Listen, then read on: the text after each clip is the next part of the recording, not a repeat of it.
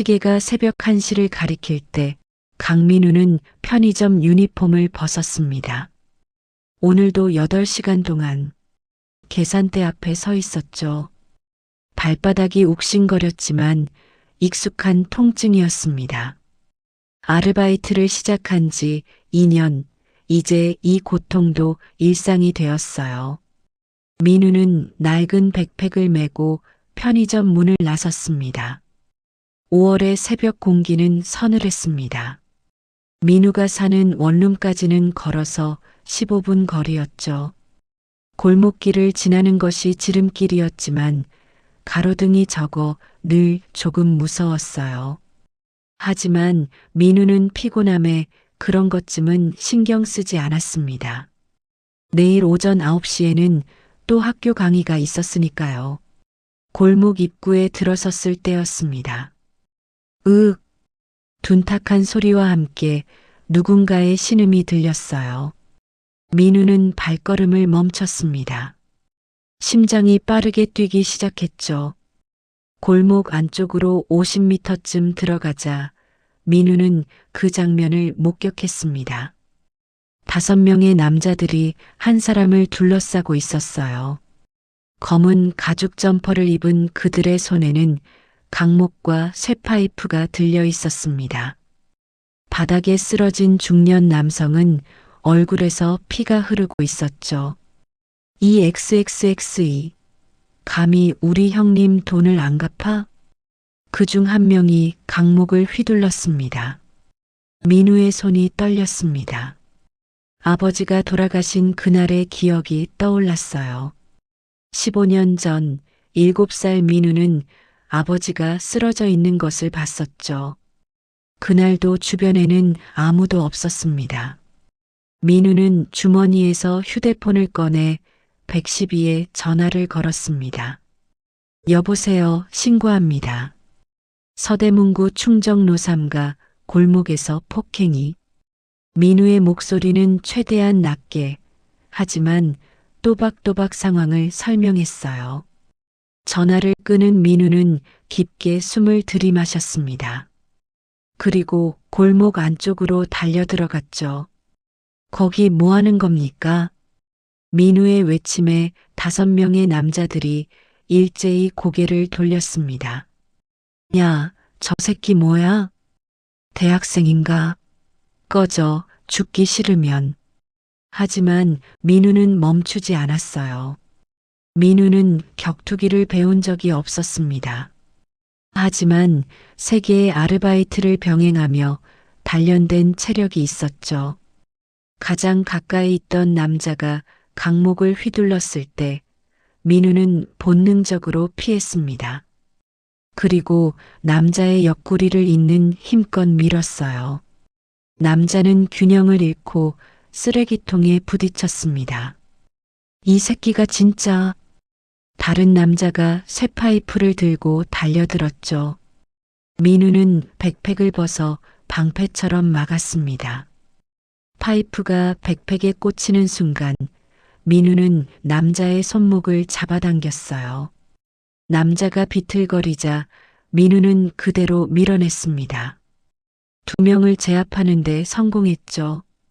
하지만 나머지 3명이 동시에 달려들었습니다. 민우는 얼굴에 주먹을 맞았어요. 눈앞이 하얗게 빛났습니다. 이어서 옆구리에 발길질이 날아왔죠. 갈비뼈가 부러지는 듯한 통증이 몸을 관통했습니다.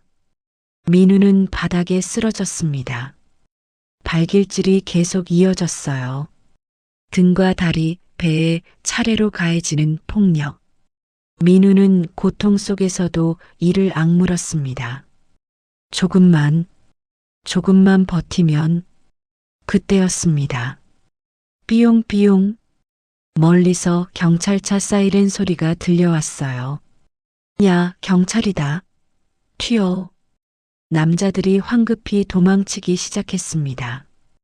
그들의 발소리가 멀어지자 골목에는 정적만 남았죠. 민우는 천천히 몸을 일으켰습니다. 입술이 찢어져 피가 났고 오른쪽 눈두덩이가 부어올랐어요. 갈비뼈 부근이 숨을 쉴 때마다 쑤셨습니다. 하지만 민우의 관심은 바닥에 쓰러진 중년 남성에게 향했죠. 민우는 비틀거리며 남성에게 다가갔습니다. 가까이서 보니 남성은 고급 시계를 차고 있었어요. 맞춤 제작한 듯한 양복도 입고 있었죠. 하지만 얼굴은 피투성이었고 정신을 잃은 듯 보였습니다. 아저씨, 괜찮으세요? 민우가 남성의 어깨를 흔들자 남성이 천천히 눈을 떴습니다. 지금 119가 올 겁니다. 조금만 기다리세요. 민우는 자신의 티셔츠를 찢어 남성의 상처를 감싸주었어요. 그런데 남성이 갑자기 민우의 손을 잡았습니다. 병원은 안 됩니다. 택시 좀. 아저씨, 지금 병원 가셔야 해요. 부탁입니다. 택시. 남성의 목소리에는 간절함이 묻어났죠. 민우는 고민했습니다. 하지만 남성의 단호한 눈빛을 보고 고개를 끄덕였어요. 알겠습니다. 민우는 골목 입구로 나가 택시를 잡았습니다. 남성을 부축해 택시에 태웠을 때 남성이 주머니를 뒤적였습니다. 그리고 명함 한 장을 민우에게 건넸죠. 고맙습니다. 정말 고마워요. 명함에는 진성그룹 회장 진태준이라는 글자가 박혀 있었습니다. 택시가 떠나갔습니다. 민우는 명함을 주머니에 넣고 자신도 집으로 향했어요. 온몸이 쑤시고 아팠지만 이상하게도 마음은 편안했습니다. 아버지가 돌아가신 그날 아무도 도와주지 않았던 그 기억. 오늘은 민우가 그 누군가가 되어준 것 같았죠. 원룸 문을 열고 들어간 민우는 거울을 봤습니다. 부은 얼굴과 찢어진 입술, 멍든 눈가. 내일 학교는 어떻게 가지? 민우는 작게 웃으며 침대에 쓰러졌습니다. 그날 밤 민우는 자신의 선택이 인생을 완전히 바꿔놓을 거라는 것을 알지 못했어요. 다음 날 아침 민우는 시끄러운 소음에 잠에서 깼습니다. 벽시계를 보니 오전 10시였죠. 무슨 소리지? 민우는 침대에서 일어나며 신음을 흘렸어요. 온몸이 쑤시고 아팠습니다. 창문으로 다가간 민우는 눈을 의심했습니다. 좁은 골목길이 검은색 고급 차량들로 가득 차 있었어요. 벤츠, BMW, 제네시스가 일렬로 주차되어 있었죠. 민우는 황급히 커튼을 젖혔습니다. 차량은 총 7대였어요. 뭐야 이게? 더 놀라운 것은 차량 앞에 도열한 사람들이었습니다. 검은 정장을 차려입은 남자들이 20명도 넘게 서 있었어요. 마치 영화 속 한 장면 같았죠. 민우는 급히 옷을 주워 입었습니다. 현관문을 두드리는 소리가 들렸습니다. 똑똑똑. 민우는 조심스럽게 문을 열었어요. 문 앞에는 50대 중반으로 보이는 남성이 서 있었습니다. 회색 정장에 금태 안경을 쓴 그는 공손하게 허리를 숙였죠. 강민우 학생이십니까? 네, 그런데요. 저는 진성그룹 비서실장 박철호라고 합니다. 남성은 명함을 건넸어요. 민우는 명함을 받으며 고개를 갸웃했습니다. 진성그룹이요? 네, 어젯밤 학생께서 저희 회장님을 구해주셨습니다. 박철호의 말에 민우는 어젯밤 일이 떠올랐어요. 택시에 태워준 그 중년 남성이 진성그룹 회장이었다니. 아, 그 아저씨가. 회장님께서 직접 학생을 뵙고 싶어 하십니다. 민우는 당황했습니다. 자신이 한 일은 당연한 거였는데 이렇게까지 할 필요가 있나 싶었죠. 괜찮습니다. 저는 당연한 일을 했을 뿐인데요. 학생의 마음은 충분히 이해합니다만 회장님께서 꼭 뵙고 싶어 하십니다. 박철호의 목소리는 정중했지만 단호했어요. 민우는 잠시 고민했습니다. 거절하기에는 분위기가 너무 진지했죠. 골목에 줄지어 선 차량들과 정장 입은 사람들. 이 모든 것이 자신 때문이라니 믿기지 않았습니다. 알겠습니다. 잠깐만 기다려 주세요. 민우는 서둘러 씻고 깨끗한 옷으로 갈아입었습니다. 거울을 보니 여전히 얼굴이 퉁퉁 부어 있었어요. 오른쪽 눈두덩이의 멍은 더 진해진 것 같았죠. 에휴. 한숨을 내쉰 민우는 방을 나섰습니다.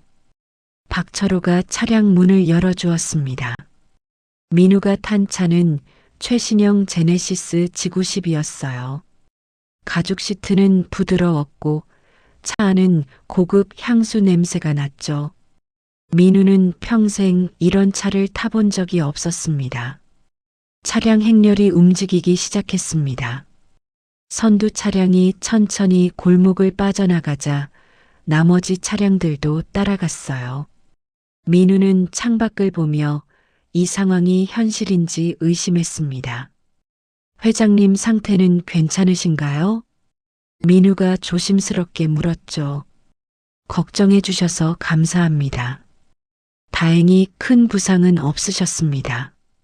박철호가 백미러 너머로 민우를 바라보며 대답했어요. 학생이 아니었다면 큰일 날 뻔했습니다.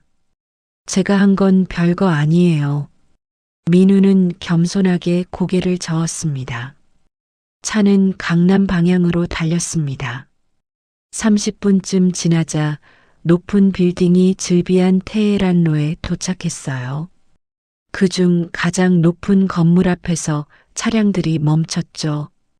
진성그룹 본사라는 글자가 건물 꼭대기에 빛나고 있었습니다. 민우는 차에서 내렸습니다. 67층 건물이 하늘을 찌를 듯 솟아 있었어요. 이쪽으로 오십시오. 박철호가 앞장서 걸었습니다.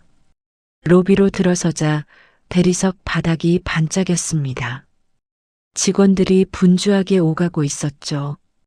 민우의 낡은 청바지와 티셔츠 차림이 초라하게 느껴졌어요. 하지만 아무도 민우를 이상하게 쳐다보지 않았습니다. 전용 엘리베이터를 타고 67층으로 올라갔습니다. 엘리베이터 문이 열리자 넓은 복도가 나타났어요. 복도 끝에는 회장실이라는 표지판이 보였죠. 박철호가 노크를 하고 문을 열었습니다. 회장실은 민우의 원룸 10개는 되어 보였습니다. 한쪽 벽은 통유리로 되어 있어 서울 전경이 한눈에 들어왔어요. 책상 앞에는 얼굴에 붕대를 감은 남성이 앉아 있었죠. 바로 어젯밤의 그 아저씨, 진태준 회장이었습니다. 어서 오게. 진태준이 자리에서 일어나며 환한 미소를 지었어요. 붕대 때문에 얼굴의 반은 가려져 있었지만 눈빛만은 따뜻했습니다. 앉게. 불편하게 서 있지 말고. 민우는 회장이 가리키는 소파에 앉았죠. 어젯밤에는 정말 고마웠네. 아니에요. 당연한 일을 했을 뿐입니다. 당연한 일이라고 하지만 요즘 세상에 그렇게 하는 사람이 몇이나 되겠나?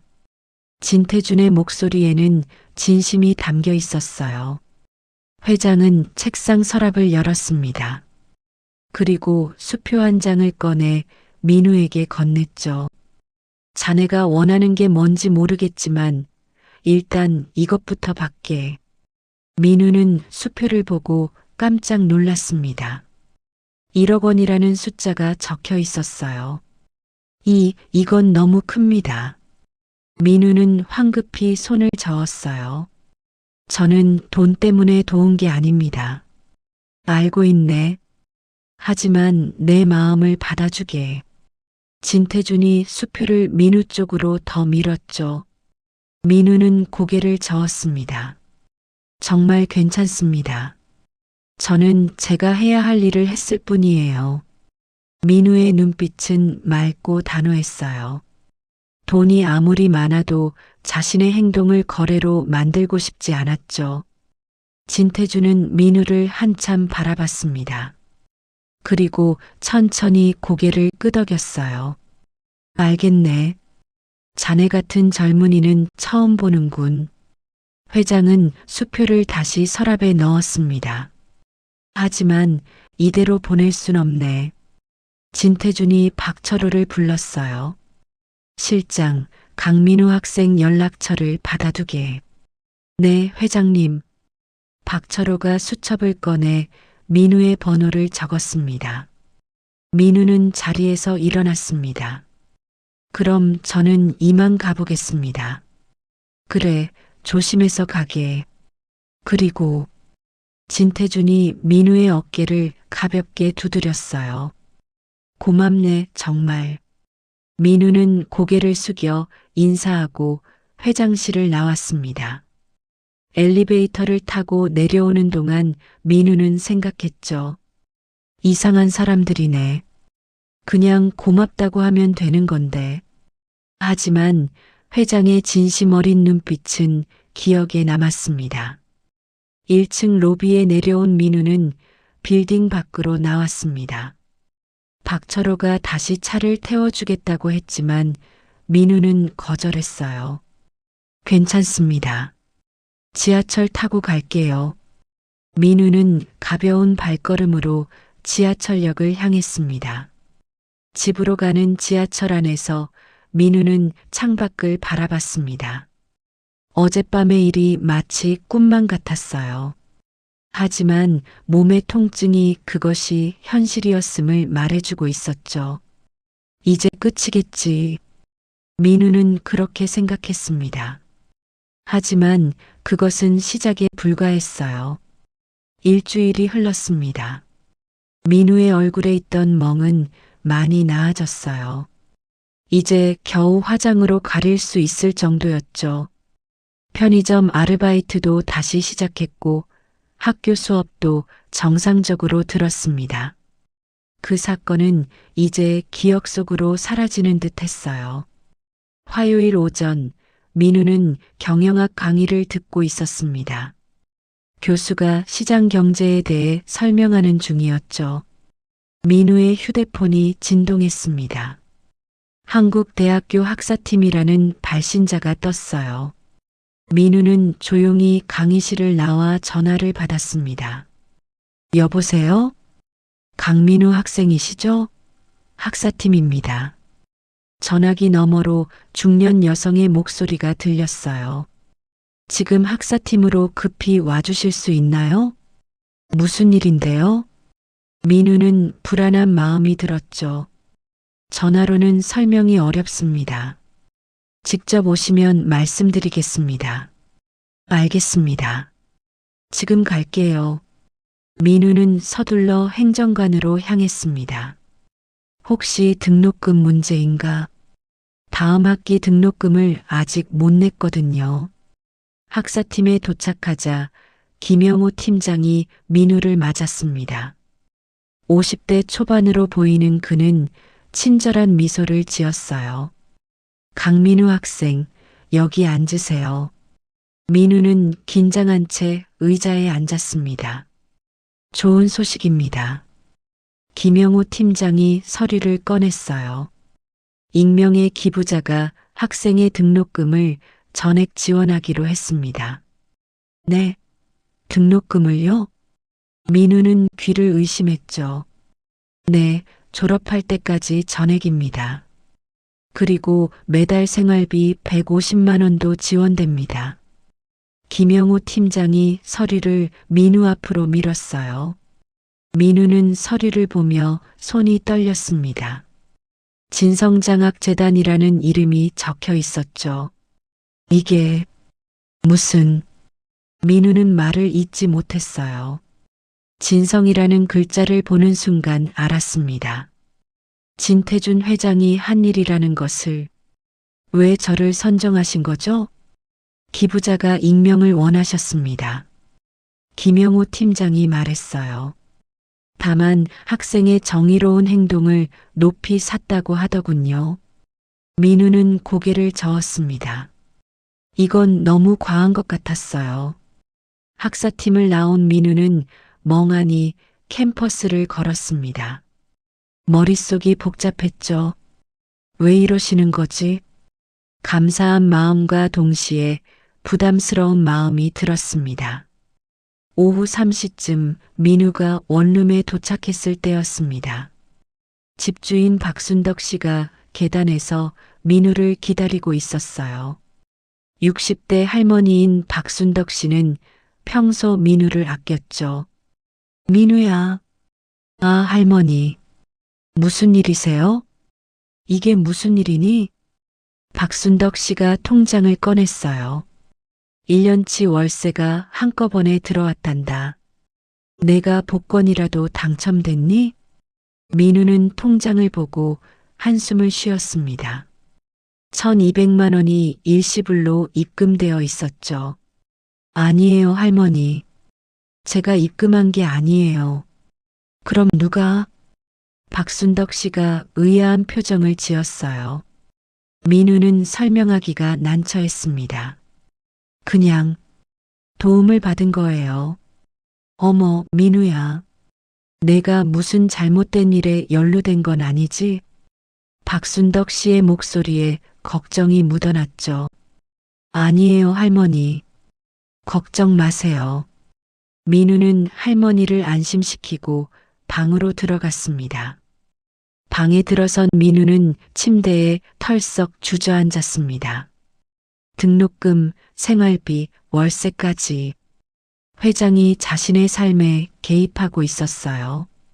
고마운 마음보다 불편한 마음이 더 컸습니다. 저녁 7시 민우의 휴대폰이 울렸습니다. 진성그룹 인사팀이라는 발신자였어요. 민우는 한숨을 쉬며 전화를 받았죠. 여보세요? 강민우 학생이시죠? 진성그룹 인사팀 최수진입니다. 밝은 목소리의 여성이 말했어요. 이번 여름 방학 특별 인턴 선발에 학생이 최종 합격하셨습니다. 인턴이요? 저는 지원한 적이 없는데요. 회장님의 특별 추천입니다. 최수진의 목소리가 조금 낮아졌어요. 다음 주 월요일부터 출근하시면 됩니다. 자세한 사항은 이메일로 보내드리겠습니다. 민우는 전화를 끊고 휴대폰을 책상에 내려놓았습니다. 이건 아니잖아. 민우는 결심했습니다. 직접 만나서 이야기해야겠다고. 이렇게 일방적으로 도움을 받을 수는 없었어요. 다음 날 오전 민우는 다시 진성그룹 본사를 찾았습니다. 1층 안내 데스크에서 박철호 비서실장에게 연락했죠. 10분 후 박철호가 로비로 내려왔습니다. 민우 학생, 무슨 일인가요? 회장님을 뵙고 싶습니다. 민우의 목소리는 단호했어요. 박철호는 민우의 표정을 보고 고개를 끄덕였습니다. 알겠습니다. 이쪽으로 오세요. 다시 67층 회장실에 올라갔습니다. 진태준 회장은 서류를 검토하고 있었어요. 민우가 들어오자 반갑게 웃으며 일어났죠. 어서 오게. 무슨 일인가? 회장님, 이렇게까지 하실 필요는 없습니다. 민우는 똑바로 회장을 바라봤어요. 등록금, 월세, 인턴까지 너무 과합니다.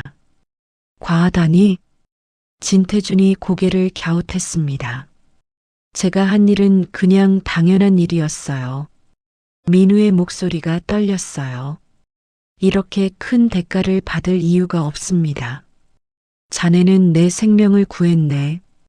회장의 목소리는 차분했죠. 이건 은혜를 갚는 내 방식이네. 진태준이 창가로 걸어갔어요. 자네가 거부하면 오히려 내가 상처받는다네. 하지만 민우가 말하려 하자 회장이 손을 들었습니다. 자네는 내 아들과 같은 나이였네. 진태준의 목소리가 갑자기 낮아졌어요. 10년 전 교통사고로 아들을 잃었지. 민우는 숨을 멈췄습니다. 24살이었어. 회장의 눈가가 붉어졌어요. 내가 바빠서 함께 시간을 못 보냈지. 그게 평생 후회야. 진태준은 책상 서랍에서 사진 한 장을 꺼냈습니다. 사진 속에는 민우와 비슷한 또래의 청년이 웃고 있었어요. 진우라는 이름이었네. 자네를 보니 그 아이가 생각나더군. 회장은 사진을 쓰다듬었죠. 내가 해주지 못한 것들을 자네에게 하고 싶네. 민우는 할 말을 잃었습니다. 회장의 눈물을 보는 순간 마음이 움직였어요. 이건 단순한 은혜 갚기가 아니었습니다. 한 아버지의 그리움이었죠. 알겠습니다. 민우는 천천히 고개를 끄덕였어요. 조건이 하나 있습니다. 말해보게. 진태준이 민우를 바라봤습니다. 인턴으로 일하는 동안 특별 대우는 없어야 합니다. 민우의 목소리는 확고했어요. 다른 인턴들과 똑같이 대해주세요. 그래야 받아들일 수 있습니다. 회장은 웃으며 손을 내밀었습니다. 좋네. 그렇게 하지. 두 사람은 악수를 나눴어요. 민우는 회장실을 나서며 복잡한 심경이었습니다. 고마움과 부담감이 동시에 밀려왔죠. 저녁, 민우는 대학 선배 한지수를 만났습니다. 캠퍼스 근처 카페에서 둘은 마주 앉았어요. 한지수는 법학과 3학년으로 민우의 유일한 친구였죠. 무슨 일 있어? 얼굴이 안 좋은데? 민우는 그동안의 일을 모두 이야기했습니다. 한지수는 심각한 표정으로 듣더니 고개를 저었어요. 민우야, 재벌가와 엮이는 건 위험해. 무슨 말이야? 민우가 물었습니다. 재벌 가문에는 권력 다툼이 있어. 한지수가 조심스럽게 말했어요. 내가 모르는 사이에 휘말릴 수 있다고. 하지만 회장님은 진심이셨어. 민우는 회장의 눈물을 떠올렸죠. 그래도 조심해.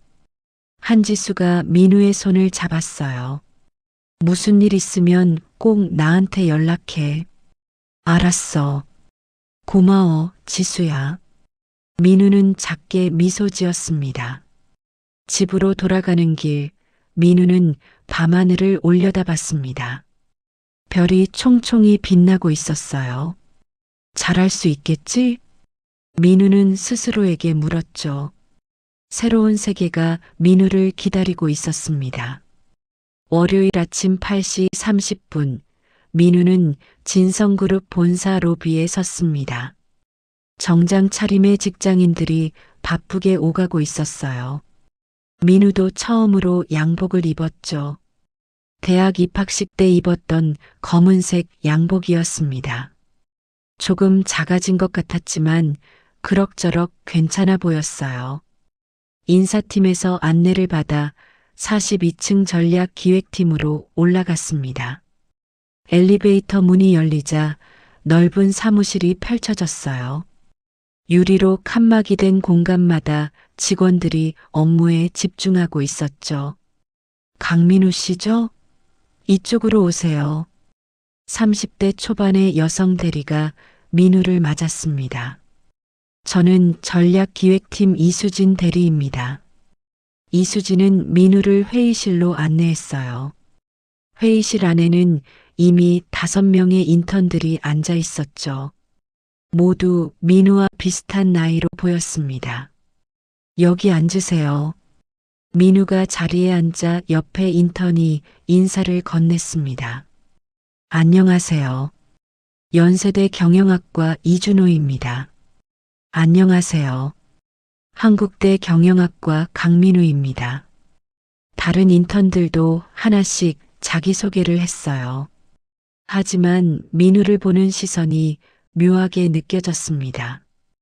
구시 정각 회의실 문이 열렸습니다. 40대 초반으로 보이는 남성이 들어왔어요. 검은 양복에 은색 넥타이를 맨 그는 날카로운 인상이었죠. 진성그룹 전략기획팀 전무이사 진서준입니다. 민우는 순간 긴장했습니다. 진서준은 회장의 장남이었어요. 언론에서 여러 번 본 얼굴이었죠. 차기 회장 후보로 거론되는 인물이었습니다. 이번 여름 인턴 여러분을 환영합니다. 진서준의 목소리는 차갑고 날카로웠어요. 우리 회사는 능력주의를 추구합니다. 진서준이 인턴들을 하나씩 둘러봤어요. 배경이나 연줄은 중요하지 않습니다. 오직 실력만이 평가 기준입니다. 그의 시선이 민우에게 머물렀죠. 민우는 그 시선이 유독 차갑다는 것을 느꼈습니다. 특히 이 회사에서는 누구도 특혜를 받을 수 없습니다. 진서준이 강조하듯 말했어요. 회장의 친인척이든 누구의 추천을 받았든 마찬가지입니다. 민우는 그 말이 자신을 겨냥한 것임을 알았죠. 오리엔테이션이 끝나고 인턴들은 각자 자리로 배치되었습니다. 민우는 사무실 구석 자리를 배정받았어요. 점심시간 다른 인턴들이 민우에게 다가왔습니다. 민우 씨, 혹시 회장님이랑 아는 사이예요? 이준호가 조심스럽게 물었죠. 아니요, 그냥 우연히 알게 됐어요. 민우는 애매하게 대답했습니다. 그런데 특별 추천으로 들어왔다는 소문이 있던데요? 다른 인턴이 끼어들었어요. 민우는 불편한 표정을 지었습니다. 같은 시각 진성그룹 본관 65층 부회장실에서는 다른 대화가 오가고 있었어요. 진태식 부회장이 책상에 앉아 서류를 보고 있었죠. 60대 초반의 그는 형인 회장과 닮았지만 눈빛이 달랐습니다. 더 날카롭고 차가웠어요. 실장, 진태식이 인터컴을 눌렀습니다. 네, 부회장님. 최두환 실장 불러. 알겠습니다. 10분 후 최두환 경영지원실장이 부회장실에 들어왔습니다. 50대 후반의 최두환은 20년 넘게 진태식의 측근이었어요. 부르셨습니까? 강민우라는 인턴 알고 있나? 진태식이 날카롭게 물었죠. 네, 이번에 특별 추천으로 들어온 학생입니다. 최두환이 대답했어요. 형님께서 직접 추천하셨다더군. 그 학생을 조사해. 진태식의 목소리가 낮아졌습니다. 어디까지 조사할까요? 과거부터 현재까지 모든 것. 가족관계, 학교생활, 교우관계, 전부. 진태식이 창밖을 바라봤어요. 형님이 왜 그 학생에게 그토록 관심을 두는지 알아야겠어. 알겠습니다. 최두환은 즉시 움직였습니다. 그는 오래 거래해온 사설탐정 김기태에게 연락했어요. 민우라는 대학생을 조사해야 해. 24살 한국대 경영학과. 얼마나 깊이 파야 합니까? 전화기 너머로 김기태의 목소리가 들렸죠. 뿌리까지 파. 은행 거래 내역, 통화 기록, SNS, 주변 인물 모두. 최두환이 지시했어요. 특히 가족관계를 집중적으로 봐. 알겠습니다. 일주일이면 됩니다. 전화가 끊겼습니다. 일주일이 지났습니다. 민우는 전략기획팀에서 시장 분석 프로젝트에 참여하고 있었어요.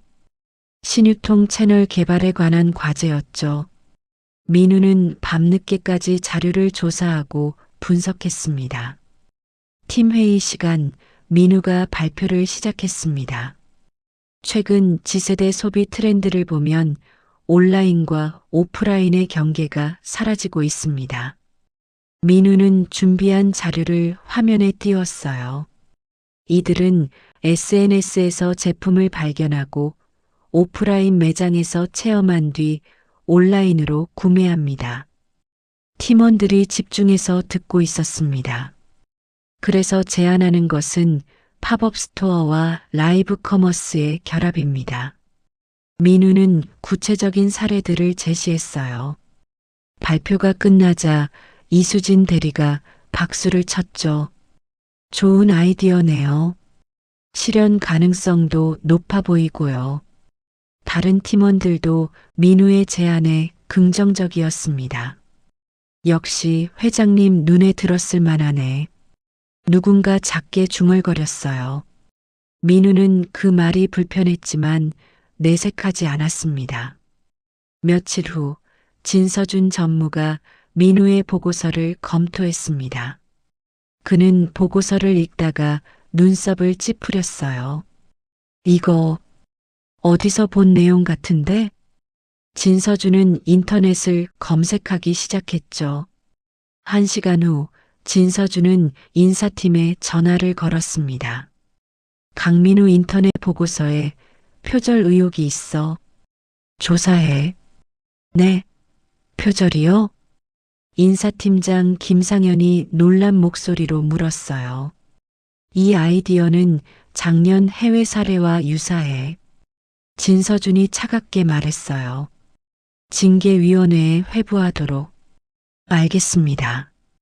김상현은 난감한 표정으로 전화를 끊었습니다. 소식은 빠르게 퍼졌습니다. 민우는 인사팀에 호출되어 조사를 받았어요. 강민우 씨, 이 보고서는 혼자 작성한 겁니까? 네, 제가 직접 조사하고 작성했습니다. 민우는 당당하게 대답했죠. 그런데 작년 미국의 한 컨설팅 보고서와 유사하다는 지적이 있습니다. 김상현이 두 보고서를 나란히 놓았어요. 민우는 보고서를 보고 고개를 저었습니다. 아이디어의 방향은 비슷할 수 있지만 제 접근법은 다릅니다. 박철호 비서실장이 직접 조사에 나섰습니다. 그는 두 보고서를 전문가에게 의뢰해 분석했어요. 결과는 명확했죠. 표절이 아닙니다. 참고 문헌도 명시되어 있고 독창적인 부분이 70% 이상입니다. 진서준에게 결과가 보고되었습니다. 그는 못마땅한 표정으로 보고서를 집어던졌어요. 계속 지켜봐야겠군. 진서준의 견제는 그 후에도 계속되었습니다. 같은 시각 최두환이 사설탐정 김기태로부터 보고서를 받았습니다. 두툼한 파일에는 민우에 관한 모든 정보가 담겨 있었어요. 최두환은 파일을 넘기다가 한 페이지에서 멈췄죠. 이게 뭐지? 페이지에는 15년 전 신문 기사가 인쇄되어 있었습니다. 진성건설 현장 안전사고, 근로자 3명 사망, 그리고 사망자 명단에 강태수 당시 39세라는 이름이 있었어요. 강태수? 강민우의 아버지? 최두환은 급히 부회장실로 향했습니다. 진태식은 보고서를 받자마자 미소를 지었어요. 15년 전 진성건설 현장 사고. 그의 눈이 빛났습니다. 형님이 이 사실을 알고 계실까? 진태식이 중얼거렸어요. 아니면 모르고 계실까? 그는 보고서를 천천히 넘겼죠. 당시 현장 책임자가 누구였지? 그건 부회장님이셨습니다. 최두환이 조심스럽게 대답했어요. 진태식의 얼굴이 굳어졌습니다. 재미있군. 진태식이 의자에 깊이 앉았어요. 형님이 속죄하려는 건가 아니면 정말 모르는 건가? 그는 보고서를 책상 서랍에 넣었죠. 이 카드는 적절한 때 써야겠어. 진퇴식의 계획이 시작되었습니다. 그는 형과 민우 사이를 갈라놓을 방법을 궁리했어요. 권력을 차지하기 위해서는 모든 수단을 동원해야 했죠. 실장, 이 정보는 철저히 비밀로 해. 알겠습니다. 민우는 자신을 둘러싼 음모를 전혀 알지 못했습니다. 그는 여전히 성실하게 일했어요. 하지만 보이지 않는 그림자가 점점 다가오고 있었죠. 그날 밤 민우는 늦게까지 야근을 했습니다. 텅 빈 사무실에서 혼자 컴퓨터 화면을 바라봤어요. 왜 나를 미워하는 거지? 민우는 진서준의 차가운 시선을 떠올렸습니다. 창밖으로 서울의 야경이 펼쳐져 있었습니다. 수많은 불빛이 반짝이고 있었어요. 민우는 자신이 그 빛 중 하나가 될 수 있을지 의문이 들었죠. 하지만 포기할 수는 없었습니다. 폭풍은 이미 시작되고 있었습니다. 인턴 생활 3주째, 민우는 회사에 적응해 가고 있었습니다. 전략기획팀에서 맡은 프로젝트도 순조롭게 진행되고 있었어요. 진서준 전무의 견제는 여전했지만 민우는 묵묵히 일했죠. 금요일 오후 민우는 퇴근 후 원룸으로 돌아왔습니다.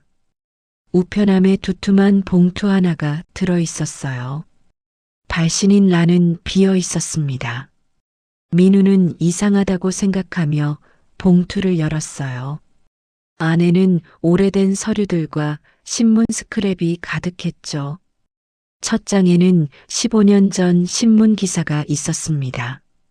진성건설 신축 현장 붕괴 사고, 근로자 3명 사망. 민우의 손이 떨렸습니다. 기사 속 사망자 명단에 아버지의 이름이 있었어요. 강태수 당시 39세. 민우는 의자에 주저앉았죠.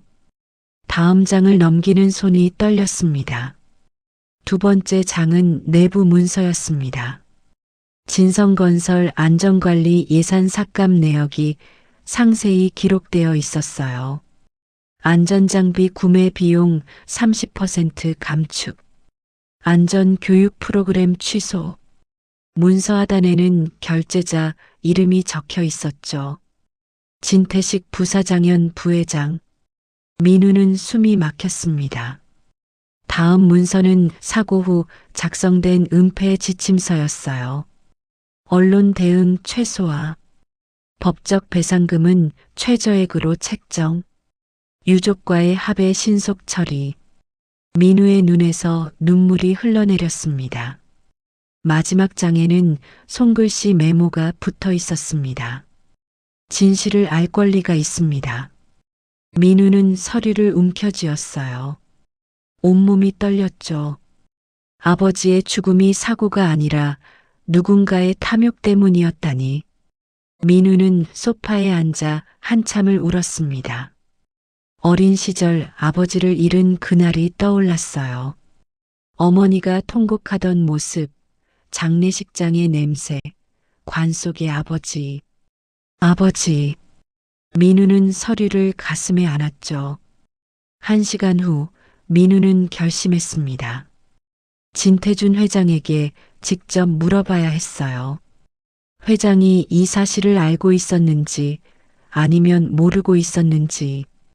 민우는 서류를 가방에 넣고 집을 나섰습니다. 토요일 오전 민우는 진성그룹 본사 앞에 섰습니다. 주말이라 건물은 한산했어요. 민우는 박철호 비서실장에게 전화를 걸었죠. 실장님, 저 강민우입니다.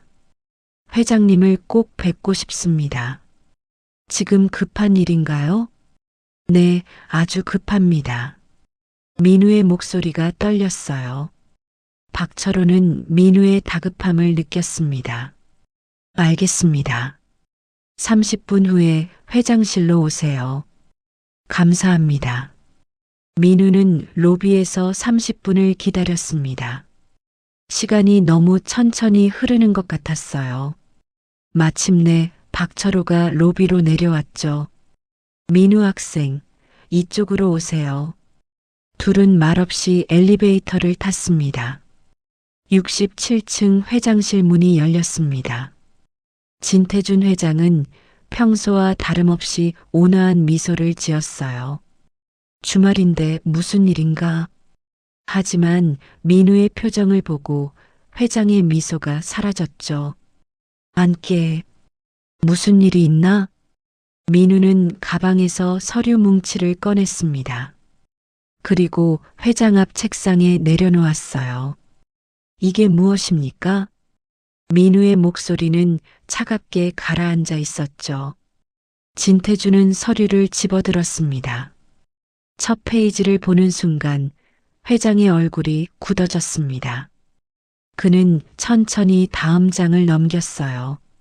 안전예산 삭감 내역, 은폐 지침서, 내부 문서들.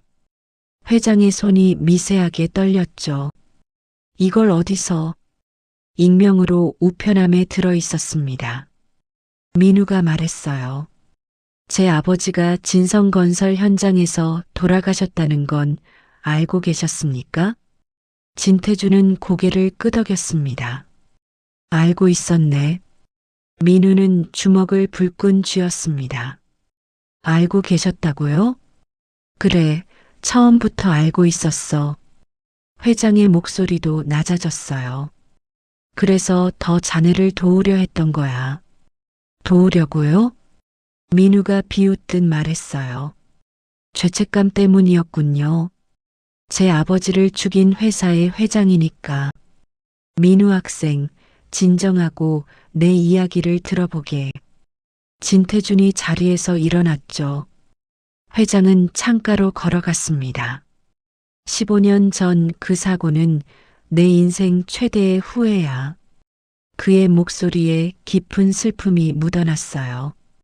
당시 현장 책임자는 내 동생 태식이었지. 민우는 숨을 죽이고 들었습니다. 태식이는 비용을 절감하라는 본사의 압박을 받고 있었어. 회장이 계속 말했어요. 하지만 그게 안전을 희생시켜도 된다는 뜻은 아니었지. 그런데 왜? 민우가 끼어들려 하자 회장이 손을 들었죠. 사고가 난 후에야 나는 사실을 알았네. 진태준의 목소리가 떨렸어요.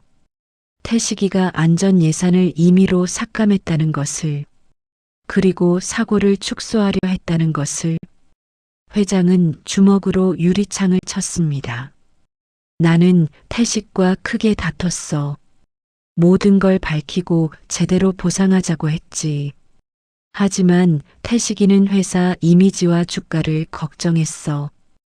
회장이 돌아서서 민우를 바라봤어요. 결국 최소한의 법적 배상만 하고 사건을 덮었지. 그게 내 평생의 잘못이야. 민우는 복잡한 표정으로 회장을 바라봤습니다. 나는 15년 동안 유족들을 찾았네. 진태준이 책상 서랍을 열었어요. 안에는 두툼한 파일이 있었죠. 하지만 모두 이사를 가고 연락이 닿지 않았어. 자네 어머니도 마찬가지였고. 회장은 파일을 민우에게 건넸습니다. 파일에는 유족 수소문 기록이 빼곡했습니다. 탐정 보고서, 주소 추적 기록, 전화 시도 내역. 민우는 파일을 넘기며 회장의 노력을 확인했어요. 그러다 자네를 만난 거야. 회장의 목소리가 갈라졌죠. 처음에는 그냥 은인이라고만 생각했네. 진태준이 의자에 앉았어요. 하지만 자네 신상을 알게 되면서 충격을 받았지. 15년 전 그 아이가 자네였다니. 그래서 도와주신 거군요. 속죄의 기회로. 민우의 목소리는 여전히 차가웠습니다. 속죄라고 하면 그럴 수도 있겠지. 회장이 고개를 끄덕였어요. 하지만 그것만은 아니야. 자네는 정말로 훌륭한 청년이야. 자네 아버지가 자랑스러워할 아들이지. 민우는 눈물을 참으며 고개를 돌렸습니다. 저는 이제 어떻게 해야 합니까? 민우가 물었어요. 회장님을 믿어야 합니까? 아니면 원망해야 합니까? 그건 자네가 결정할 일이네. 진태준이 조용히 말했죠. 민우는 자리에서 일어났습니다. 회사는 그만두겠습니다. 민우 학생, 더 이상 여기 있을 수 없습니다. 제 아버지가 죽은 회사에서는요. 민우는 서류를 챙겨 회장실을 나섰어요. 복도를 걸으며 민우는 눈물을 흘렸습니다. 분노와 슬픔, 배신감과 혼란, 모든 감정이 뒤섞여 가슴을 짓눌렀어요. 엘리베이터를 타고 내려오는 동안 민우는 멍하니 서 있었죠. 그날 밤 진태식 부회장은 조카 진서준을 만났습니다. 강남의 고급 일식당 룸에서 둘은 마주 앉았어요. 삼촌, 갑자기 왜 부르셨어요? 진서준이 물었습니다. 서준아, 좋은 소식이 있어. 진태식이 술잔을 들었어요. 강민우와 내 아버지 사이에 균열이 생겼어. 무슨 말씀이세요? 진서준의 눈빛이 날카로워졌죠. 진태식은 15년 전 사고 이야기를 들려주었습니다. 민우의 아버지가 진성건설 현장에서 죽었다는 것. 그리고 오늘 민우가 회장을 찾아갔다는 것. 이건 기회야. 진태식이 웃으며 말했어요. 아버지의 독단적 경영 방식이 문제라고 늘 생각했잖아. 진태식이 진서준의 어깨를 두드렸어요. 이번 이사회에서 문제를 제기해야 해. 개인적 감정으로 회사 인사를 결정한다고. 진서준은 잠시 고민하다 고개를 끄덕였습니다. 삼촌 말이 맞아요. 진서준이 술잔을 비웠어요. 회사는 원칙으로 돌아가야 합니다. 두 사람은 잔을 부딪혔죠. 보이지 않는 음모가 진행되고 있었습니다. 일요일 저녁 한지수가 민우의 원룸을 찾아왔습니다. 민우는 침대에 누워 천장만 바라보고 있었어요. 민우야, 문 열어. 한지수가 문을 두드렸죠. 민우는 무기력하게 일어나 문을 열었습니다. 한지수는 민우의 상태를 보고 깜짝 놀랐어요. 눈이 퉁퉁 부어 있었고 얼굴은 창백했죠. 무슨 일 있었어? 한지수가 민우를 안으로 밀어 넣었습니다. 민우는 모든 이야기를 털어놓았습니다. 15년 전 아버지의 죽음, 진성그룹의 은폐, 회장의 고백. 한지수는 충격받은 표정으로 들었어요. 민우야, 힘들었겠다. 한지수가 민우의 손을 잡았죠. 지수야, 나 어떻게 해야 해? 민우의 목소리가 떨렸어요. 복수해야 하나? 아니면 그냥 잊어야 하나? 넌 진정으로 뭘 원해? 한지수가 민우의 눈을 바라봤습니다. 민우는 한참을 생각했습니다. 복수는 아니야. 민우가 천천히 말했어요. 그냥 진실이 밝혀졌으면 좋겠어. 아버지의 죽음이 헛되지 않았다는 걸 증명하고 싶어. 한지수는 고개를 끄덕였죠. 그럼 그렇게 하자. 한지수가 단호하게 말했어요. 내가 도와줄게. 우리 진실을 밝히자. 민우는 처음으로 작게 미소 지었습니다. 친구가 있다는 것이 얼마나 큰 힘인지 깨달았죠. 그날 밤 민우는 오랜만에 깊이 잠들었습니다. 복수가 아닌 진실. 그것이 민우가 선택한 길이었어요. 폭풍의 눈이 다가오고 있었습니다. 월요일 아침 민우는 한지수와 함께 대학 도서관에 모였습니다. 둘은 15년 전 사건을 재조사하기로 했어요. 한지수는 노트북을 열고 옛날 신문 기사들을 검색하기 시작했죠. 먼저 당시 현장에서 일했던 사람들을 찾아야 해. 민우가 메모지에 계획을 적었습니다. 건설 노동자 조합에 연락해보자. 한지수가 제안했어요. 15년 전이라 기억하는 사람이 있을지 모르겠지만 민우는 고개를 끄덕이고 조합 사무실에 전화를 걸었죠. 통화를 마친 민우의 얼굴에 희망이 비쳤습니다. 오늘 오후에 만날 수 있대. 민우가 말했어요. 당시 현장에서 일했던 분이 계신데. 한지수는 엄지손가락을 치켜 세웠죠. 두 사람은 서둘러 준비를 시작했습니다. 오후 3시 민우와 한지수는 성북구의 한 작은 카페에 도착했습니다. 구석자리에 60대 중반의 남성이 앉아 있었어요. 거친 손과 그을린 피부가 오랜 건설 노동의 흔적을 보여주었죠. 이영석 씨시죠? 민우가 조심스럽게 다가갔습니다. 그래요. 앉으시오. 이영석은 쉰 목소리로 대답했어요. 민우와 한지수가 마주 앉자 그는 커피를 한 모금 마셨죠. 조합에서 연락받았소. 15년 전 진성건설 사고에 대해 묻고 싶다고. 네, 제 아버지가 그 사고로 돌아가셨습니다. 이영석의 얼굴이 어두워졌습니다. 강태수 씨, 기억하오. 좋은 사람이었지. 그는 눈을 감고 당시를 떠올렸어요. 그날은 비가 왔소. 장마철이었지. 민우는 숨을 죽이고 귀를 기울였습니다. 현장은 엉망이었어요.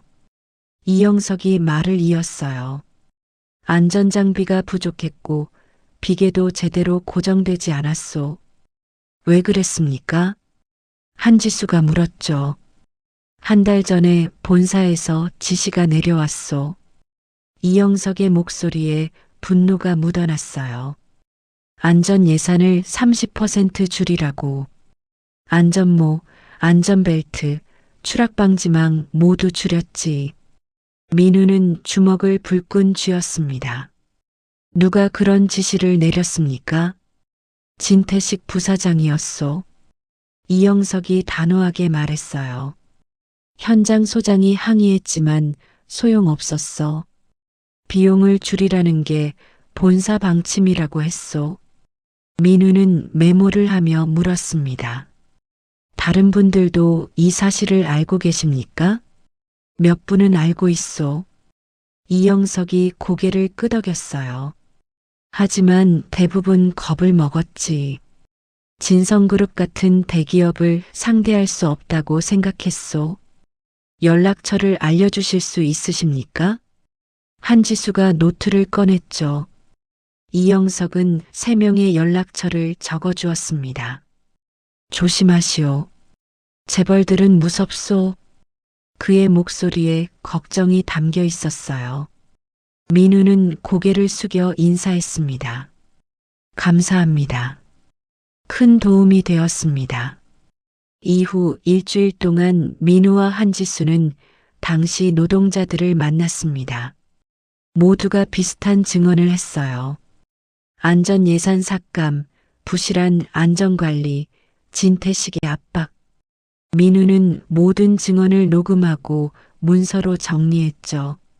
증거는 점점 쌓여갔습니다. 한지수는 법률 자료를 조사했습니다. 민우야, 이건 업무상 과실치사에 해당해. 한지수가 자료를 보여주었어요. 그리고 사고 은폐는 증거인멸죄까지 적용될 수 있어. 민우는 진지하게 자료를 읽었습니다. 회장님께 이 증거를 보여드려야 해. 민우가 결심했어요. 진실을 알려드리고 제대로 된 보상과 사과를 받아야 해. 한지수는 민우의 어깨를 두드렸죠. 잘 생각했어. 내가 같이 가줄까?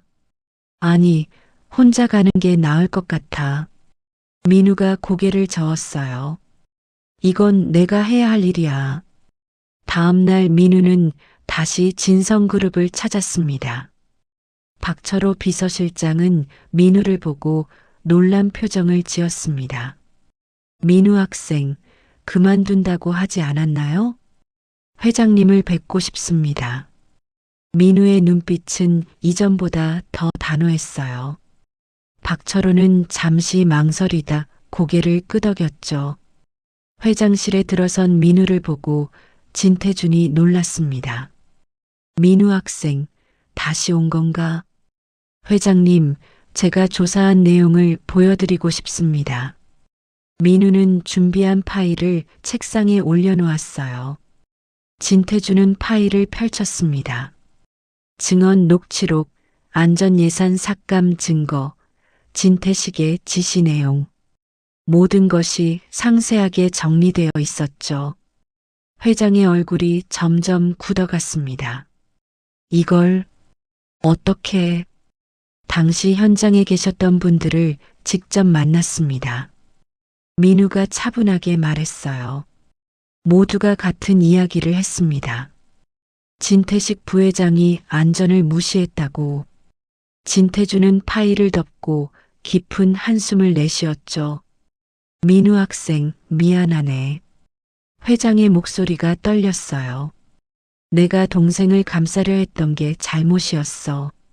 진작 진실을 밝혔어야 했는데 이제라도 바로잡으실 수 있습니다. 민우가 회장을 똑바로 바라봤어요. 자네 말이 맞네. 진태준이 자리에서 일어났어요. 이번 기회에 모든 것을 바로잡겠네. 유족들에게 제대로 사과하고 보상하겠어. 감사합니다.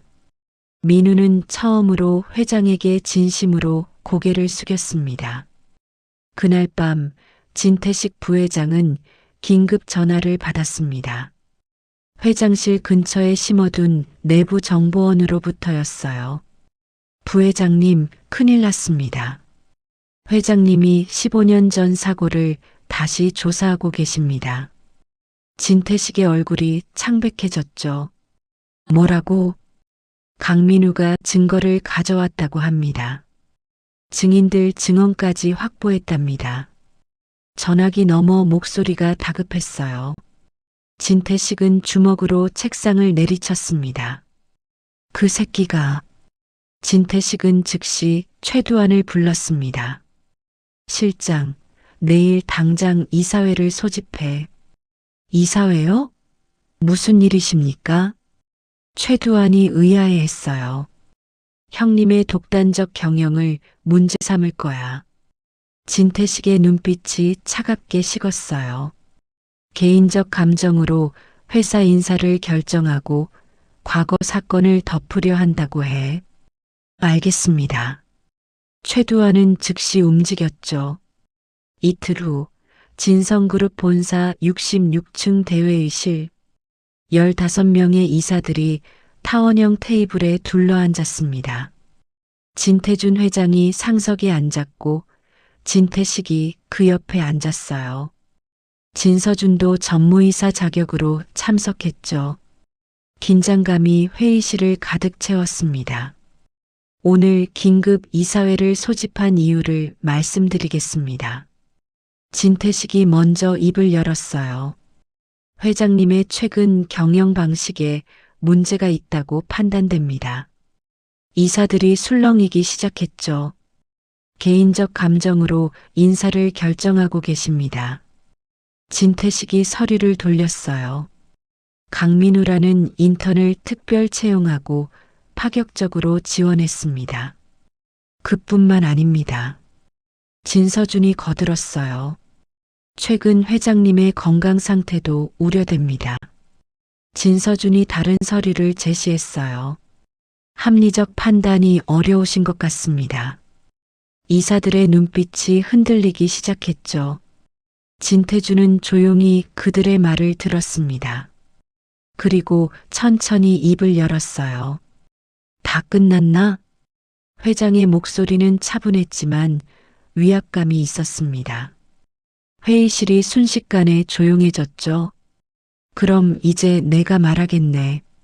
진태준이 일어섰어요. 15년 전 진성건설 안전사고를 기억하는가? 이사들의 얼굴이 굳어졌습니다. 당시 현장 책임자는 태식이었지. 회장이 동생을 바라봤어요. 내가 안전 예산을 30% 삭감했고 그로 인해 3명이 죽었어. 형님, 그건 진태식이 일어서려 했죠. 증거가 있네. 회장이 손을 들어 제지했어요. 박철호가 회의실로 들어와 각 이사에게 파일을 나눠주었습니다. 민우가 수집한 증언과 증거들이었죠. 이사들은 충격받은 표정으로 자료를 읽었습니다. 이건 조작입니다. 진태식이 소리쳤어요. 형님이 그 학생과 짜고 만든 거예요. 조작이라고? 회장의 목소리가 차갑게 가라앉았습니다. 바로 그때 회의실 문이 열렸습니다. 민우가 들어왔어요. 이사들이 모두 민우를 바라봤죠. 강민우 학생입니다. 회장이 소개했어요. 제 아버지가 15년 전 진성건설 현장에서 돌아가셨습니다. 민우의 목소리는 떨리지 않았어요. 이 모든 증거는 제가 직접 발로 뛰어 모은 것입니다. 민우는 이사들을 하나씩 바라봤죠.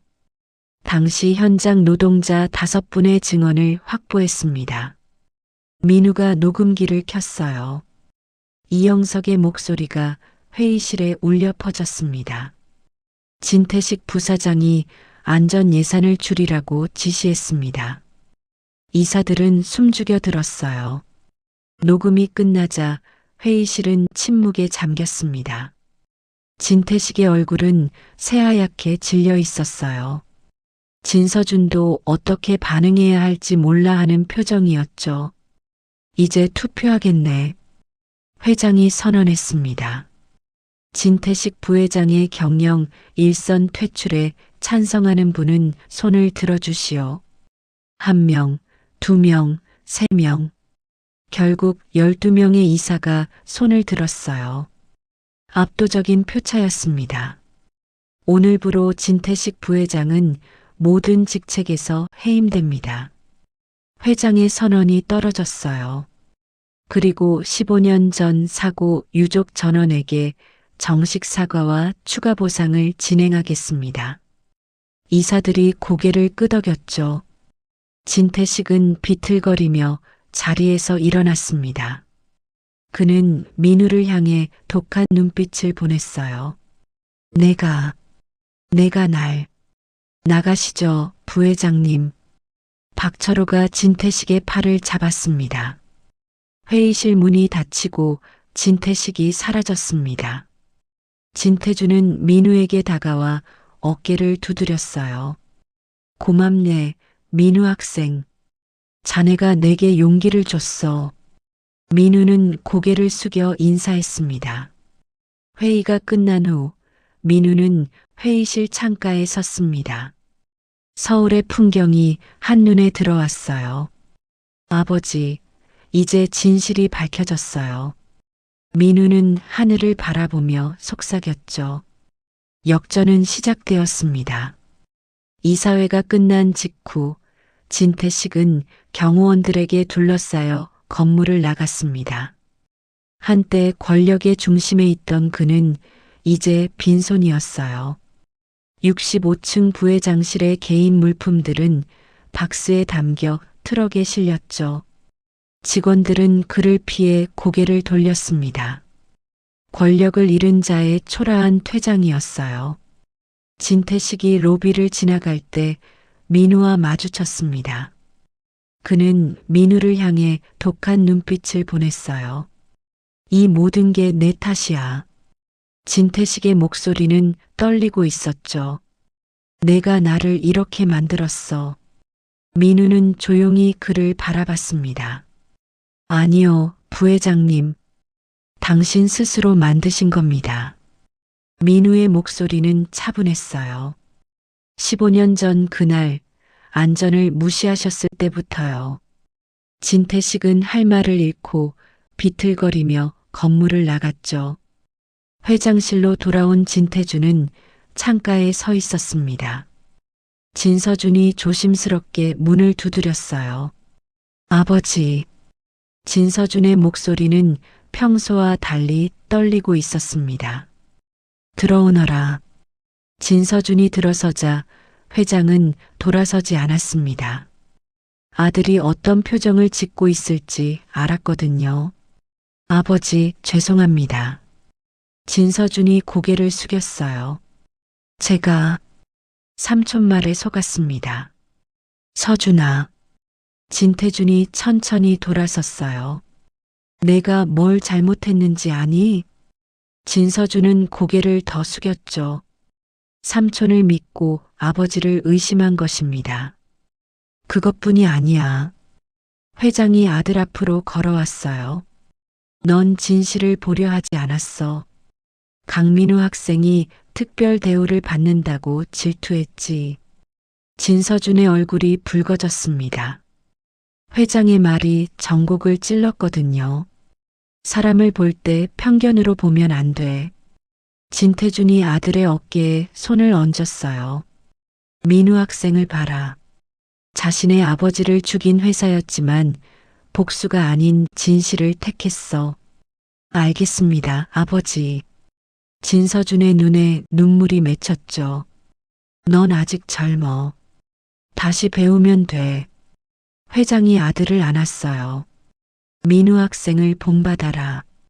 진정한 리더가 뭔지 배워라. 진서준은 아버지 품에서 조용히 울었습니다. 35년을 살면서 처음으로 아버지의 따뜻함을 느꼈어요. 일주일 후 민우는 다시 회장실에 초대받았습니다. 책상 위에는 두툼한 서류철이 놓여 있었어요. 15년 전 사고 유족 명단입니다. 진태준이 서류를 민우에게 보여줬어요. 총 3가족입니다. 자네 가족 포함해서요. 민우는 서류를 넘기며 다른 유족들의 이름을 확인했습니다. 아버지와 함께 일했던 분들이었죠. 각 가정에 5억 원의 추가 보상금을 지급할 예정입니다. 회장이 설명했어요. 그리고 정식으로 사과문을 발표하겠습니다. 감사합니다, 회장님. 민우는 진심으로 고개를 숙였어요. 이제야 아버지께 떳떳해질 수 있을 것 같습니다. 민우 학생. 회장이 다른 서류를 꺼냈죠.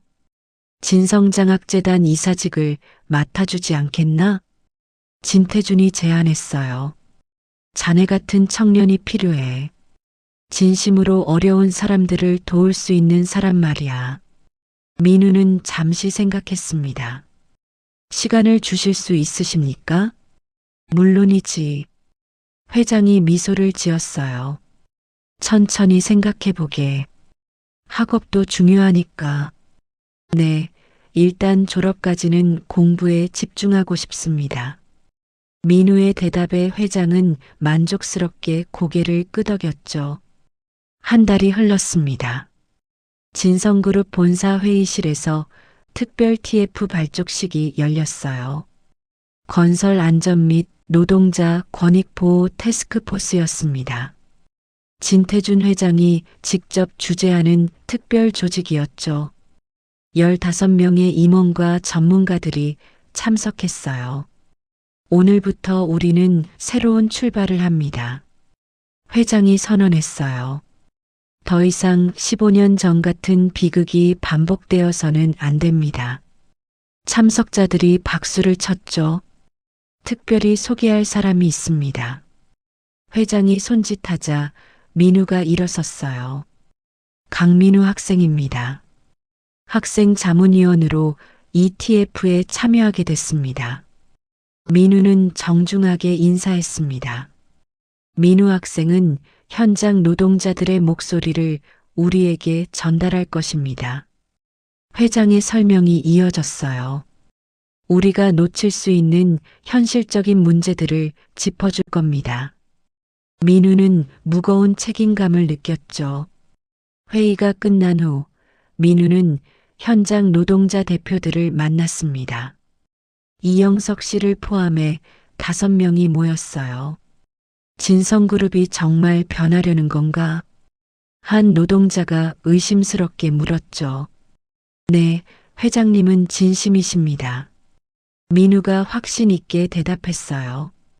하지만 여러분의 도움이 필요합니다. 현장의 문제를 솔직하게 말씀해 주세요. 노동자들은 서로 눈빛을 교환하다 고개를 끄덕였습니다. 그날 저녁 민우는 한지수를 만났습니다. 대학 근처 작은 식당에서 둘은 저녁을 먹었어요. 민우야, 로스쿨 원서 넣었어. 한지수가 환하게 웃으며 말했어요. 노동법 전문 변호사가 되려고. 정말 축하해. 민우가 박수를 쳤어요.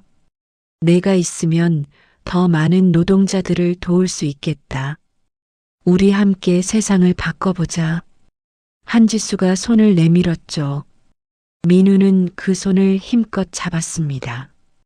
2개월 후 가을이 찾아왔습니다. 진서준은 작업복을 입고 건설 현장에 서 있었어요. 안전모를 쓴 그는 평범한 현장 직원과 다를 바 없었죠. 전무님, 여기 좀 도와주세요. 한 노동자가 그를 불렀습니다. 네, 갑니다. 진서준이 달려갔어요. 더 이상 거만한 재벌 2세가 아니었습니다. 땀을 흘리며 일하는 평범한 사람이었죠. 점심시간 진서준은 노동자들과 함께 도시락을 먹었어요. 전무님, 현장이 어때요? 한 노동자가 물었어요. 힘들지만 많이 배우고 있습니다. 진서준이 솔직하게 대답했죠. 책상에서는 절대 알 수 없는 것들이 있더군요. 그걸 아셨으면 됐습니다. 노동자가 웃으며 말했어요. 전무님이 언젠가 회장이 되시면 우리를 잊지 마세요. 잊지 않겠습니다. 약속합니다. 진서준은 진심으로 고개를 숙였습니다. 어느 날 오후 진태준 회장은 TF 회의실을 방문했습니다. 민우가 노동자 대표들의 의견을 발표하고 있었어요. 안전장비 점검 주기를 월 1회에서 주 1회로 늘려야 합니다. 민우의 목소리는 자신감으로 가득했죠. 회장은 문 밖에서 조용히 그 모습을 지켜봤습니다. 민우는 자료를 제시하며 설득력 있게 설명했어요. 임원들도 진지하게 듣고 있었죠. 저 친구가 우리 회사의 미래야. 회장은 혼잣말로 중얼거렸습니다. 회의가 끝나고 민우가 복도로 나왔을 때 회장과 마주쳤습니다. 회장님, 언제 오셨습니까? 민우가 놀라 물었어요. 방금 왔네. 발표 잘하더군. 회장이 민우의 어깨를 두드렸죠. 아직 부족합니다. 민우가 겸손하게 대답했어요. 계속 배워가고 있습니다. 그 자세가 중요해. 회장이 창밖을 바라봤습니다. 민우 학생, 자네를 보면 희망이 보여. 진태준의 목소리가 따뜻했어요. 세상에는 아직 희망이 있어. 자네 같은 청년들이 있으니까. 민우는 회장의 말에 가슴이 뭉클했죠. 저도 회장님께 배웁니다. 민우가 말했어요. 잘못을 인정하고 바로잡는 용기를요.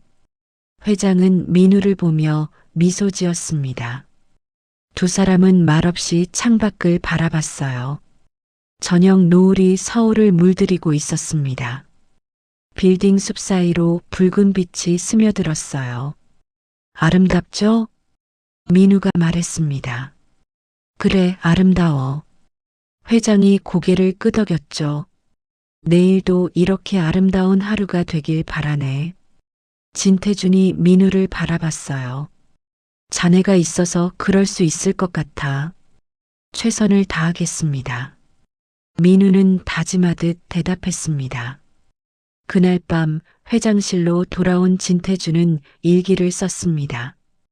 오랜만에 펜을 든 거였어요. 오늘 민우 학생을 보며 생각했다. 세상은 아직 살만하다. 회장은 펜을 내려놓고 창밖을 바라봤죠. 어둠 속에서도 빛나는 불빛들이 보였습니다. 각자의 자리에서 최선을 다하는 사람들의 불빛.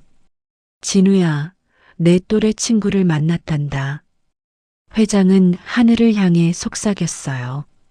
내가 살아있었다면 좋은 친구가 됐을 텐데. 진성그룹의 새로운 바람이 불고 있었습니다. 민우를 중심으로 작지만 의미 있는 변화들이 일어났어요. 안전 기준이 강화되고 노동자들의 목소리가 존중받기 시작했죠. 한 사람의 용기가 거대한 조직을 움직인 것입니다. 민우는 매일 아침 아버지 사진에 인사했습니다. 아버지, 잘 보고 계시죠? 민우는 미소를 지으며 집을 나섰어요. 새로운 하루가 시작되었습니다. 변화는 계속될 것이었습니다. 2월의 졸업식 날 한국대학교 대강당은 졸업생들과 가족들로 가득했습니다. 민우는 검은 학사복을 입고 졸업장을 받았어요. 경영학과 수석 졸업생 강민우. 학장의 호명에 강당 안에서 박수가 터져 나왔죠. 민우는 무대 위에서 객석을 바라봤습니다. 가장 앞줄에 진태준 회장이 앉아 있었습니다. 그 옆에는 박철호 비서실장과 진서준이 나란히 앉아 있었어요. 세 사람 모두 환한 미소로 민우를 바라보고 있었죠. 회장은 민우와 눈이 마주치자 엄지손가락을 치켜 세웠습니다. 민우는 고개를 숙여 감사를 표했어요. 졸업식이 끝나고 민우는 로비에서 그들을 만났습니다. 축하하네, 민우 학생. 진태준이 꽃다발을 건넸어요. 수석 졸업이라니 자랑스럽네. 회장님 덕분입니다. 아니야, 자네 노력의 결과지. 회장이 민우의 어깨를 두드렸어요. 진서준도 다가와 악수를 청했습니다. 축하합니다, 민우 씨. 고맙습니다, 전무님. 두 사람은 이제 서로를 존중하는 동료가 되어 있었죠. 졸업식장을 나온 민우는 한지수를 찾았습니다. 지수도 오늘 법학과를 졸업했어요. 지수야. 민우가 손을 흔들자 한지수가 달려왔습니다. 민우야, 우리 해냈다. 두 사람은 서로를 껴안았습니다. 로스쿨 합격 축하해. 민우가 말했어요. 너도 장학재단 이사 취임 축하해. 한지수가 웃으며 대답했죠. 우리 약속 지키자. 세상을 바꾸는 거. 오후 민우는 혼자 아버지의 묘소를 찾았습니다.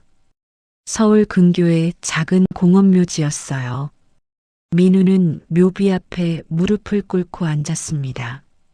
아버지, 저 대학 졸업했어요. 민우의 목소리가 떨렸죠.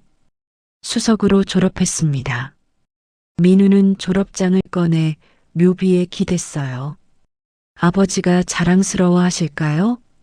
바람이 불어와 나뭇잎을 흔들었습니다. 마치 아버지가 대답하는 것 같았어요. 진성그룹에서 일하게 됐어요. 민우가 계속 말했습니다. 장학재단 이사로 일하면서 어려운 학생들을 도울 거예요. 민우는 눈물을 닦았죠. 아버지 같은 분들이 다시는 희생되지 않도록 노력할게요. 묘소를 나서는 민우의 발걸음은 가벼웠습니다. 이제 아버지께 떳떳할 수 있었어요.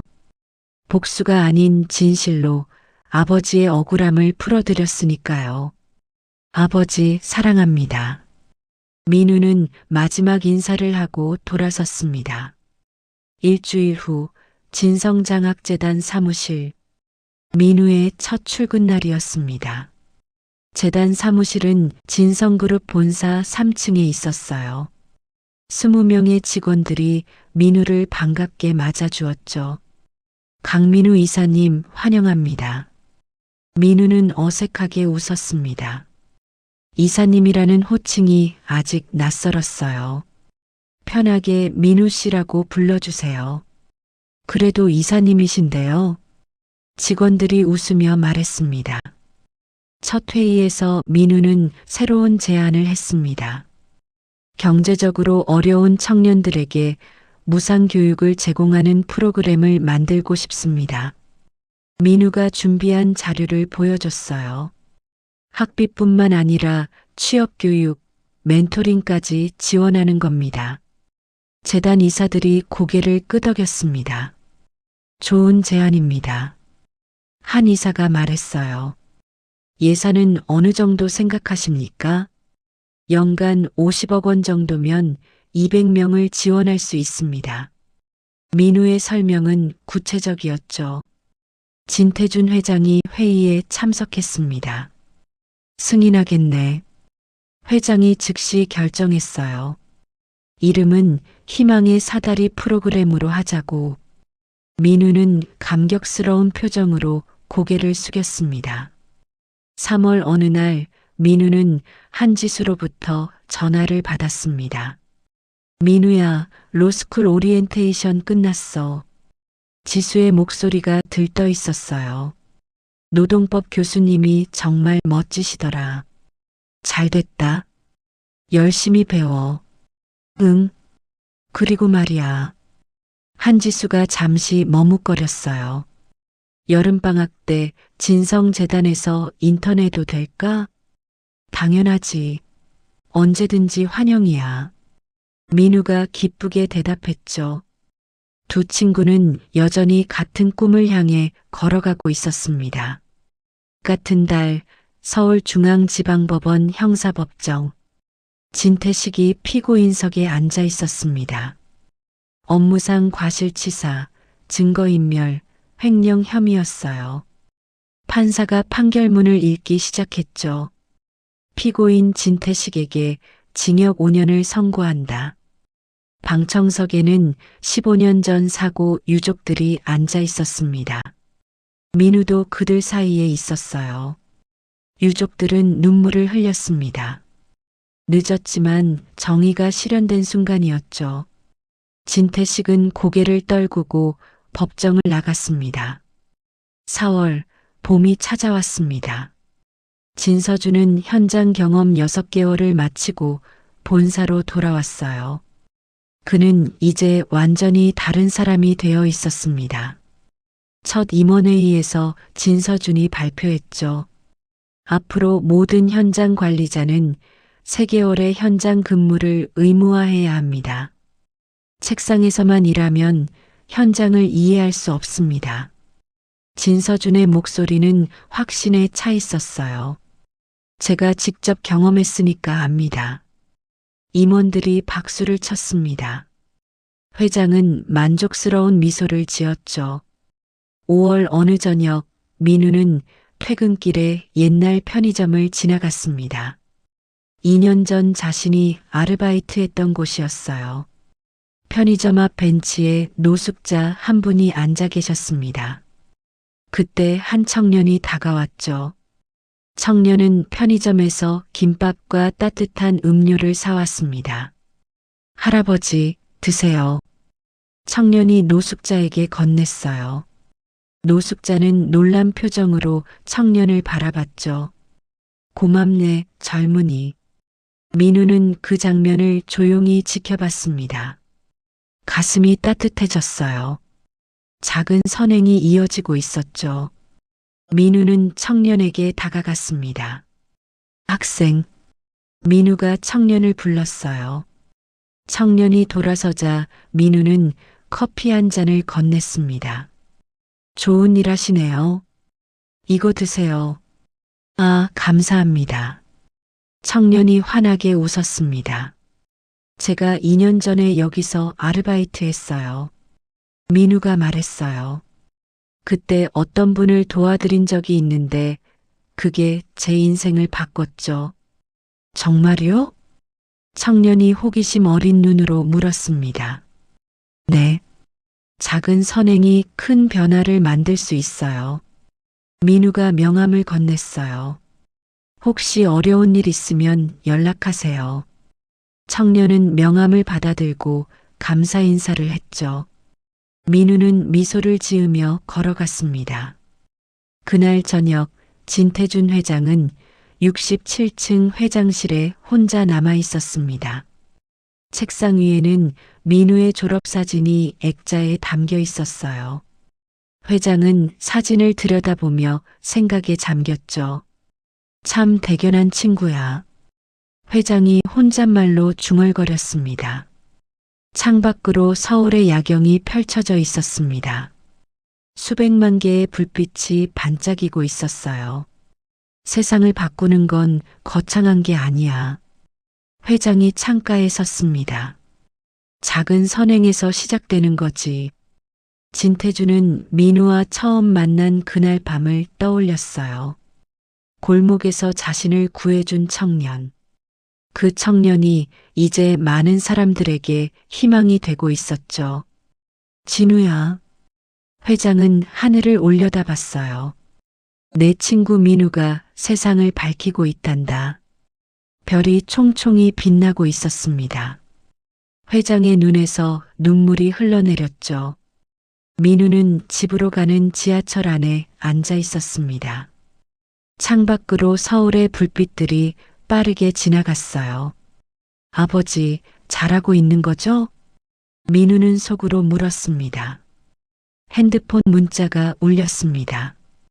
한지수로부터였어요. 민우야, 오늘도 수고했어. 우리 꿈 꼭 이루자.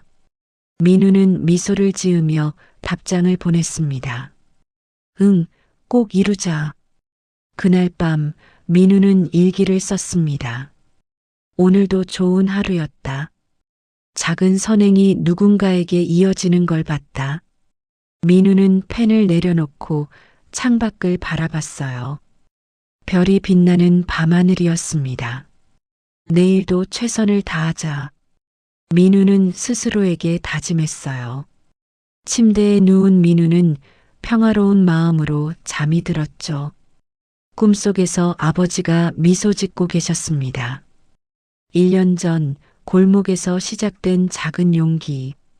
그것이 한 사람의 인생을 바꿨고 거대한 조직을 움직였어요. 그리고 이제 더 많은 사람들에게 희망을 주고 있었죠.